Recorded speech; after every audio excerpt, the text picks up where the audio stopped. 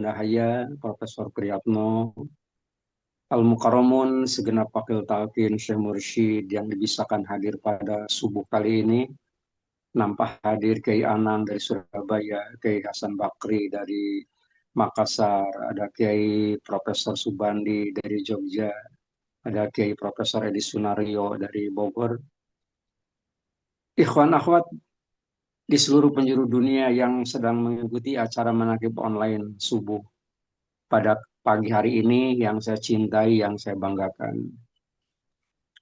Manqobah ke-16 itu mengajarkan kepada kita beberapa hal. Yang pertama, perdebatan antara orang Islam dan orang Nasrani itu memberikan cerminan bahwa ada sudut pandang yang berbeda dan adu tarik kepentingan apabila dua anak manusia itu mempunyai perbedaan pandang, mempunyai dua keyakinan. Jangankan soal menghidupkan orang mati, untuk zikir la ilaha illallah saja orang bisa berbeda sudut pandang. Berbeda sudut pandang akan bergantung kepada adu tarik kepentingannya. Kalau kepentingannya adalah cinta kepada Allah Subhanahu wa taala, maka yang akan dimenangkan adalah ternyata memang orang yang diketahui oleh gurunya. Perdebatan semacam di Manqobah ke-16 itu, perdebatan orang Islam dan orang Nasrani, itu eh, sebenarnya persoalannya adalah persoalan, bukan persoalan kecil, itu adalah persoalan besar. Tapi yang tidak boleh kita abaikan, pelajaran pertama yang dapat kita ambil adalah ternyata yang dikatakan sebagai murid itu bukan murid yang dibangga-banggakan oleh guru. Tapi murid yang baik adalah apabila murid itu dibangga-banggakan oleh guru, bukan membanggakan guru, gitu. Nah, persoalan ini menjadi penting bagi kita. Bagaimana kita ini bisa dibanggakan oleh guru, oleh Syekh Mursyid kita. Abah tidak pernah membeda-bedakan murid. Siapapun adalah murid Abah.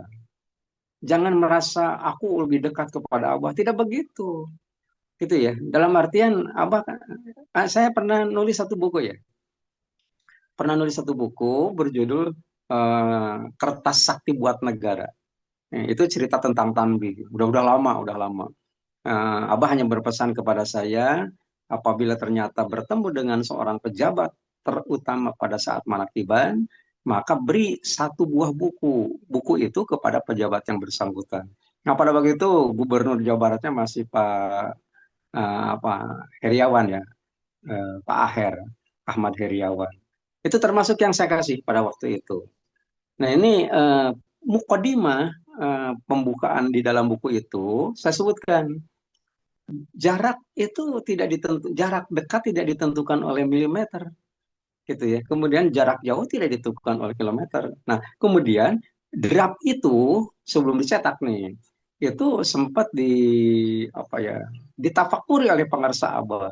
Dan kemudian Abah mensosialisasikan kalimat semacam demikian sampai sekarang, begitu. Dalam artian jangan merasa kita ini karena sering bertemu dengan Abah menjadi orang yang paling dicintai oleh pengarsa Abah. Dan orang yang sangat jauh bahkan belum pernah melihat secara fisik wajah Abah itu tidak diketahui oleh Abah. Jangan sampai demikian. Nah, ini ternyata di dalam bertorikoh itu, sekali lagi, murid yang baik adalah murid yang dibanggakan oleh gurunya. Murid yang dibanggakan oleh gurunya itu selalu dibela oleh pengarsa Abah. Begitu ya. Perdebatan orang Muslim dan orang Nasrani itu kan perlu dibela. Yang membelanya siapa? Gurunya, gurunya. Memangnya kenapa? Sebab kalau tidak dibela oleh gurunya, bukan hanya akan keteter mencari dalil, gitu ya. Tetapi bagaimana kita melihat tanggung jawab seorang guru di dalam menyelesaikan masalah muridnya itu. Makanya di dalam bertoriko paling tidak ada dua hal yang tidak boleh kita abaikan. Yang pertama, wajib meyakini kebenaran Al-Quran. Apapun yang muncul ke permukaan, apapun yang kita lihat, apapun yang kita dengar, apapun yang kita saksikan, itu merupakan tentang pembuktian kebenaran Al-Quran. kasus-kasus yang muncul belakangan ini, masalah musibah, masalah banjir dan longsor sebagainya, itu pembuktian terhadap kebenaran Al-Quran, gitu ya. Surat Qaf ayat yang ke-9 mengatakan wa nazzalna minas sama'i ma'an mubarakan. Kami turunkan air dari langit itu membawa berkah, bukan membawa bencana. Jadi salah gede kalau kita menyalahkan air, apalagi menyalahkan hujan. Tidak. Itu sudah demikian dipolakkan oleh Allah Subhanahu wa taala untuk kepentingan manusia, untuk menurunkan keberkahan lewat jalur itu. Mengapa bisa terjadi begini? Mengapa bisa terjadi begitu? Silakan saja baca ayat yang lain. Ar-Rum, surat Rum ayat yang ke-41 mengatakan suharul fasad bil bari wal bahri bima kasabat aydinas. Munculnya kerusakan di muka bumi, di laut ataupun di darat, itu akibat tangan-tangan manusia. Nggak usah diomongin lagi, memang itu faktanya begitu. Gitu ya. Itu bisa berbentuk mikrokosmos, berbentuk lingkup yang lebih kecil gitu ya. Apa yang kita rasakan ketidaknyamanan itu sebenarnya akibat daripada diri kita sendiri. Ataupun makrokosmos sekarang musibah di mana-mana. Bukan hanya di Indonesia, di dunia itu soal pasat bil bari wal bahri itu kan ayat Al-Qur'an. Ayat Al-Qur'an kan bukan hanya berlaku buat orang Indonesia tapi buat dunia. Nah, kira-kira semacam begitu. Nah, jadi saya kembali kepada persoalan. Jadi, murid yang baik adalah murid yang dibanggakan oleh gurunya, bukan yang membanggakan gurunya. Lantas bagaimana caranya agar kita bisa dibanggakan oleh gurunya? Abah itu tidak pernah membeda-bedakan murid. Meskipun orang itu sendiri selalu bersama-sama dengan pengarsa Abah secara zohir. Abah berangkat kemana dia ikut, berangkat ke sini dia ikut, dan lain sebagainya. Bukan satu kesalahan, bukan. Justru itu merupakan anugerah daripada Allah Subhanahu wa taala. Hanya yang lebih diperhatikan oleh pengarsa Abah adalah orang-orang yang menjadi pemangku hajat manakib. Ini akan diprioritaskan oleh pengarsa Abah, gitu ya. Apa Abah tidak tahu siapa yang hadir sekarang, siapa yang tidak hadir sekarang? Sangat tahu. Abah kan sekarang sedang memimpin acara manakib di Sumedang, gitu ya. Nah, kemarin saja pukul 3 itu saya sudah sowan kepada pengarsa Abah. Kemana? Di Jakarta. Saya berangkat dari rumah kan pukul 12. Itu apa yang dilakukan oleh pengarsa Abah? Abah sangat sangat memperhatikan. Sangat memperhatikan dalam artian sampai sekecil-kecilnya, gitu ya. Sampai sekecil-kecil. Kalau kalau yang Mankoba ke-16 kan masalah besar ya, menghidupan orang mati. Tapi bagaimana Allah menciptakan apa ya rumus-rumus melalui guru mursyid kita itu yang tidak boleh kita abaikan. Nah, sekali lagi ternyata itu diajarkan oleh pengarsa Abah kepada diri kita sendiri sebagai wujud tanggung jawab. Malah ada satu manqobah. Begini, Tuan Syekh itu akan berdiri tegak di gerbang pintu jahanam yang dikhawatirkan takut ada muridnya yang masuk ke situ begitu. Itu kan satu simbol sebenarnya simbolnya. Nggak usah ngomongin neraka nanti, sekarang aja di dunia ini. Bagaimana Syekh Mursyid itu menyelamatkan seseorang. Andai kita berandai-andai, andai kata hanya ada satu orang saja di dunia, umpamanya yang melakukan talqin zikir, sebenarnya itu sudah merupakan satu prestasi yang luar biasa. Tuan Syekh menyelamatkan seorang anak manusia daripada jeratan setan, daripada kehancuran yang akan daripada jerat yang akan diarahkan oleh setan untuk menghancurkan manusia. Kita masing-masing punya pengalaman, gitu ya. Punya pengalaman ada orang mendapatkan hidayah, mendapatkan talqin zikir, harus muter-muter dulu. Dan itu sengaja diputar oleh pengarsa Abah. Gitu. Yang sering saya sampaikan umpamanya beberapa kasus ini sebagai untuk takkid saja menguatkan gitu ya menguatkan. Ada seseorang punya keperluan itu kan banyak gitu ya. Imam besar saja, imam besar salah satu masjid di Bogor gitu ya. Itu diajak untuk sohbah kepada pengarsa Abah. Ini imam besar, hafal Quran. Tetapi ditalkin terlebih dahulu, ditalkin terlebih dahulu sebelum berangkat. Kemudian eh, diajak sana. Sesampainya di Sirna Rasa, biasa bertemu dengan pangarsa.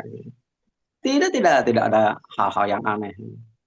Tidak ada hal-hal yang aneh. Kemudian pulang dari sana, ini supir yang membawa mobil, yang nyupir, itu rupanya kurang tidur. Rupanya kurang tidur. Itu ternyata agak sedikit apa nggak seimbang ya, kadang-kadang terlalu pinggir kanan pinggir kiri kira-kira semacam begitu. Kemudian saya nawarin bagaimana kalau saya yang bawa, ternyata tidak diizinkan. Baik kalau memang tidak diizinkan, hati-hati saja waktu pulang gitu ya, ini di sekitar puncak gitu ya, itu sudah tak tertahankan lagi, sudah tak tertahankan lagi, kayaknya dia itu apa namanya, eh, tertidur kayaknya. Nah, sampai agak sedikit apa aku pinggir benar itu, akhirnya saya ingatkan sudah istirahat dulu. Pada waktu istirahat yang dicari adalah warung kopi. Nah, kemudian mampir dulu di situ. Ini sebelum subuh dini hari. Kemudian pada waktu apa ya istirahat di warung itu, nah, kemudian apa namanya kami gitu ya punya kepentingan masing-masing mau pesan apa. Ada yang pesan hanya sekedar minum, ada yang macam-macam lah. Kemudian pada waktu disodorkan menu yang dipesan itu, ada satu menu itu ternyata tidak ada yang mesen, tidak ada yang mesen. Gitu. Ada yang mesen kopi kan keluar kopi. Ada yang mesen apa namanya nasi goreng kan yang keluar nasi goreng. Ini ada satu menu itu tidak ada yang mesen, tapi keluar menu itu. Yang ujung-ujungnya kata imam besar, kata imam yang diajak sahabat kepada pengusaha itu biar saya aja yang makan. Baik kalau begitu. Selesai, sudah istirahat, melanjutkan perjalanan kembali ke Bogor. Itu udah di Bogor, tapi masih di puncak. Itu selang beberapa hari, pas giliran saya ngaji apa kebagian giliran ngaji tabaruk pada syuhur, itu dia cerita. Saya yakin betul bahwa Abah Awas adalah sebagai mursyid. Kalau begitu, dalam hati saya bisa, oh kalau begitu selama ini dia nggak yakin bahwa Abah Awas itu sebagai mursyid. Ternyata bukan masalah itu. Dia yakin hanya untuk membuktikan kebenaran bahwa Abah Awas itu sebagai mursyid dibuktikan dengan apa yang terucap oleh hatinya. Ternyata dia punya cerita. Ceritanya begini, sederhana sekali. Saya akan meyakini, saya akan meyakini Abah Awas sebagai mursyid itu manakala perjalanan menuju sohbah kepada pengarsa Abah, baik pergi ataupun pulang, saya harus menemukan apa namanya mie goreng yang di apa namanya menunya itu dicampur dengan bakso. Ternyata menu itu yang tidak dipesan oleh siapapun. Rombongan kami pada waktu masuk ke rumah makan, ke warung kopi itu. Tapi itu menu itu keluar dan ternyata yang makan adalah yang bersangkutan. Itu loh kepiawaian Syekh Mursyid. Bagaimana sudah sampai di Bogor, sudah akan berpisah kembali ke tempat masing-masing, Allah Subhanahu wa taala memperlihatkan kebesarannya melalui karomah guru agung yang mulia Pangeran Abah Awas. Ternyata dia itu sendiri meyakini Abah Awas sebagai mursyid setelah terbukti bahwa dalam perjalanan pulang sohbah dari Pangeran Abah itu ternyata menemukan menu semacam begitu. Itu ya, ada mie goreng itu dicampuri dengan bakso. Dan itu yang dimaksudkan oleh dia pada saat dia berangkat. Pada saat kami berangkat dan dia ikut di dalamnya. Nah, jadi Mankobah ke-16 itu sendiri bagaimana tanggung jawab seorang mursyid itu di dalam menyelamatkan murid-muridnya. Jadi bukan hanya masalah sekedar itu kan hanya ilustrasi saja gitu dan fakta di lapangan semacam begitu. Tapi yang tidak boleh diabaikan adalah mursyid itu uh, ada istilah ya. Kalau pada waktu ke Mursid dan Abah Anom, umpamanya orang yang sudah ditalkin tapi agak malas-malas umpamanya untuk melaksanakan amalia, itu gerbongnya paling belakang dan itu dimasukkan ke dalam gerbong kambing umpamanya sebenarnya. Kalau sekarang enggak. Semuanya naik, semuanya dibawa. Itu yang pertama. Enggak ada istilah gerbong kambing enggak ada. Di apa namanya? Raudhah Abah di Sirnadasa. Itu kan ada tulisan yang dibingkai ya, dibingkai. Gede gitu. Eh, tulisannya kan tulisan yang sudah populer. Tulisan yang sudah populer yang apabila kita ke sana juga kita juga baca gitu ya. Tulisannya kan begini. Pakai bahasa Sunda gitu ya. Jadi kira-kira terjemahannya begini. Sebegitu banyaknya orang yang datang ke Suryalaya, itu kata Abah Anom kepada Abah Awas. Sebegitu banyaknya orang yang datang ke Suryalaya, tidak sampai 20% yang jadi. Gitu. Andai kata memang yang datang 1 juta, itu kurang dari 20% yang jadinya, yang jadi murid itu. Berapa? Kalau tidak sampai 20%, yang paling dekat 19. 19 kan angka angka keramat. Gitu. Itu kan silsilah ke-19 adalah Tuan Syekh. Tuan Syekh Abdul Qadir. Tuan Syekh Muhammad Gawas kan 2 kali lipat. 19 kali 2, 38. Nah, Abah Aos itu nunjuk kepada kalimat itu. Kepada kalimat yang ditulis itu. Sambil mengucapkan sesuatu. Mengucapkan sesuatu kalimatnya pendek.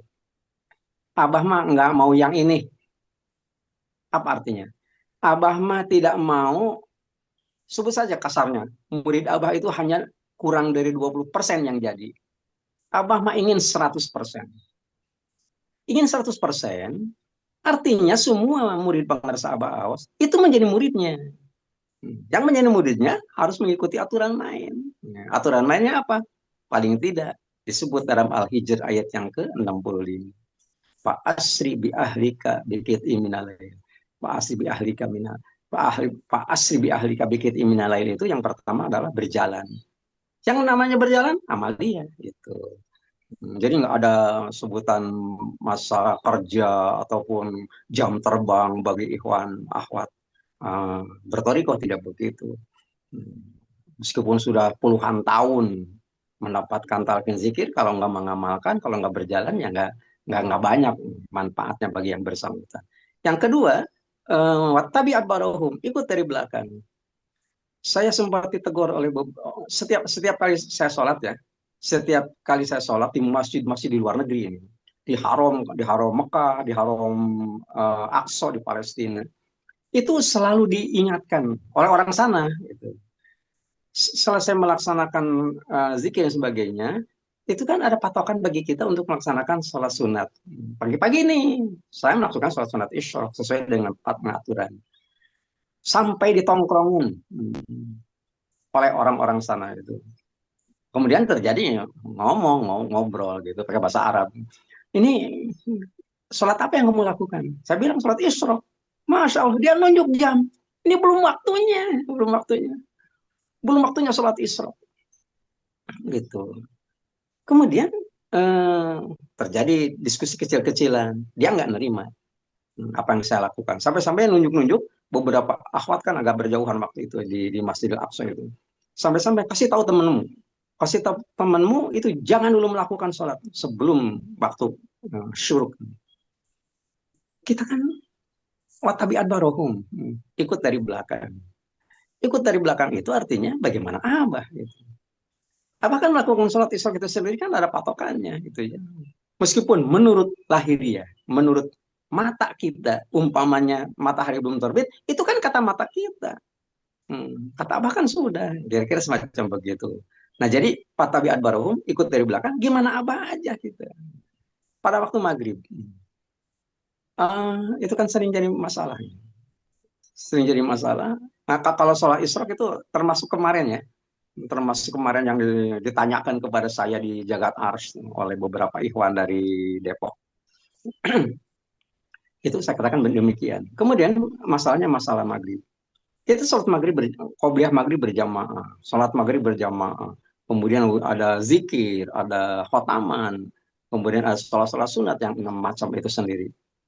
Kemudian dilantunkan sholawat Bani Hashim 3 kali.